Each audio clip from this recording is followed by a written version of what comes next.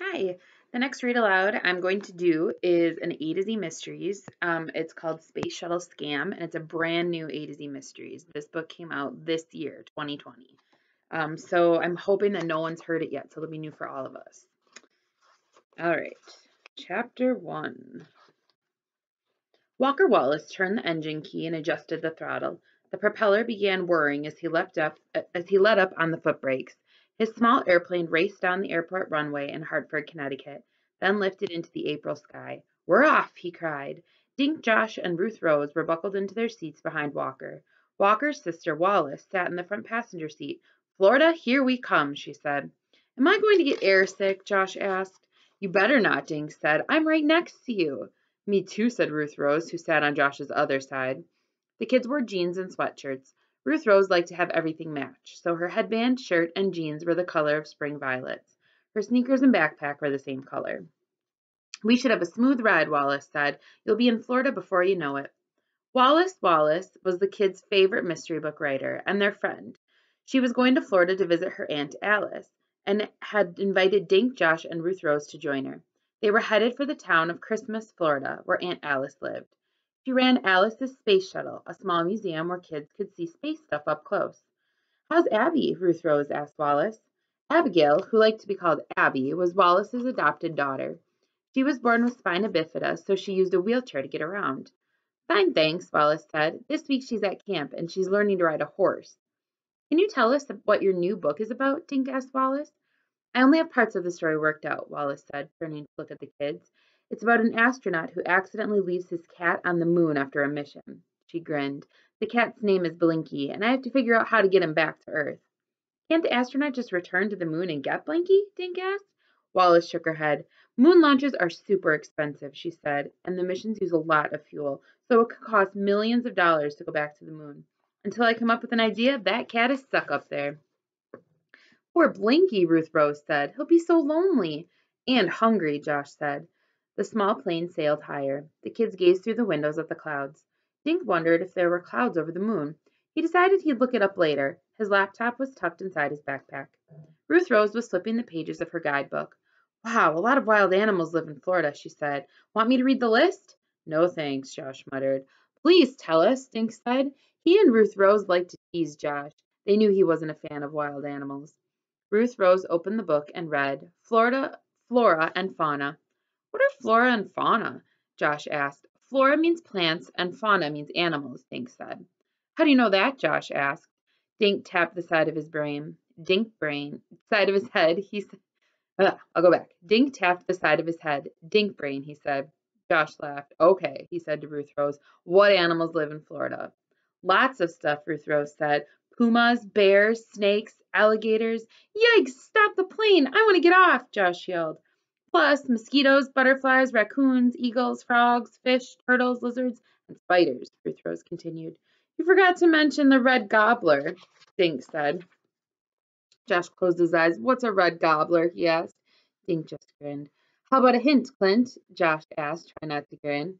"Well, they have red hair," Dink said, "and they gobble." The plane's loud humming and the vibration coming through his seat made Dink feel drowsy. He closed his eyes.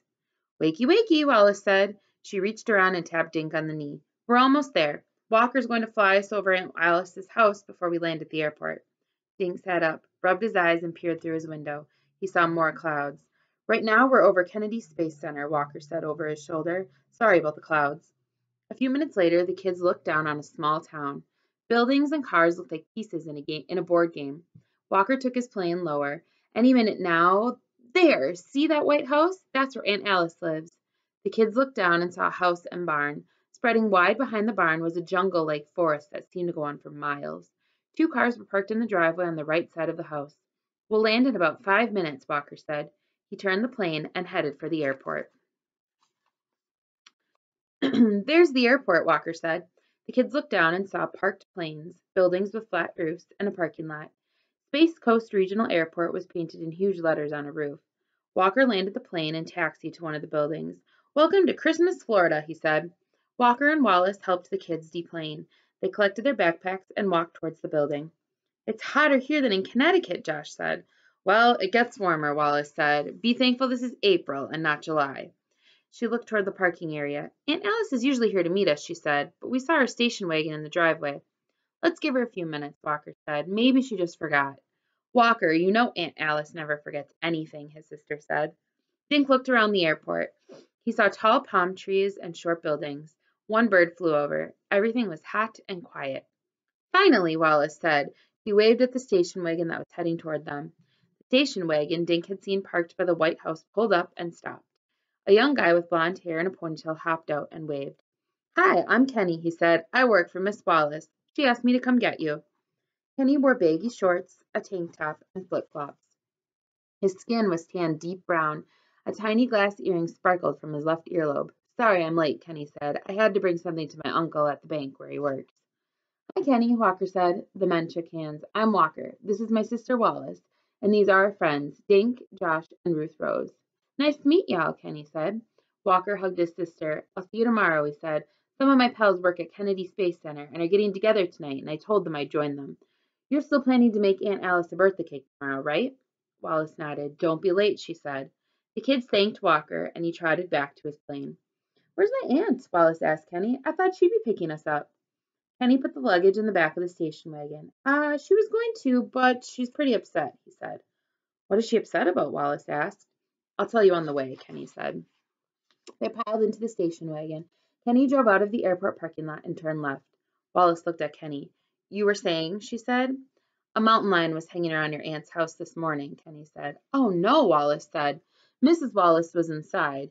Kenny went on. The lion was in the driveway just watching the house. Maybe it smelled her dog. I managed to get a picture on my phone before it ran away. Dink, Josh, and Ruth Rose were listening to every word. Did the mountain lion escape from a zoo? Josh asked. Wallace turned around to face the kids. There are mountain lions in the wild in Florida, she said, smiling a little. They're also known as cougars or pumas. We almost never see them because they stay away from people. No one spoke for the next few miles. How long are y'all staying with Miss Wallace? Kenny asked. Just the weekend, Wallace said. So you work for my aunt? I didn't know she hired anyone. I started in January, Kenny said, just part-time. I go to the community college here in Christmas. That was just after my uncle died, Wallace said. And what do you do for Aunt Alice? I help out when teachers bring their classes to see the space barn, Kenny said. I also run the cafe, and I help Howie if he needs me. Who's Howie? Wallace asked. He works for your aunt, too, Kenny said. He mows the lawn and keeps the place looking good. Howie's a handy dude. Well, I'm glad she has you both, Wallace said. Oh, and here's Hannah, Kenny said. She comes a couple times a week to help your aunt around the house. When kids visit, Hannah shows them around the barn. What's in the barn? Josh asked. Wallace turned and grinned. That's where my uncle kept all his space stuff, she said. You'll see it soon. Dink poked Josh in the arm and pointed out the window. Nailed to a post was a sign that said, Snake World, y'all come on in. Josh closed his eyes and shook his head. A few minutes later, Kenny turned the car into the gravel driveway. They passed under a wooden replica of a space shuttle.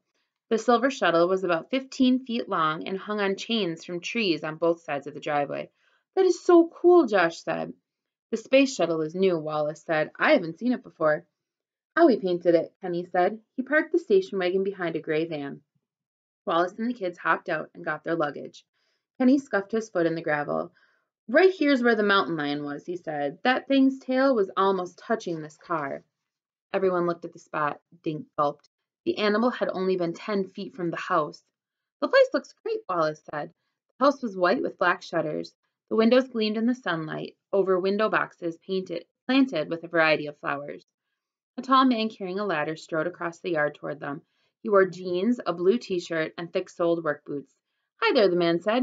I'm Howard Booker, but you can call me Howie. He laid the ladder down on the lawn and stuck out a big hand to shake. When Dink shook his own hand seemed to disappear.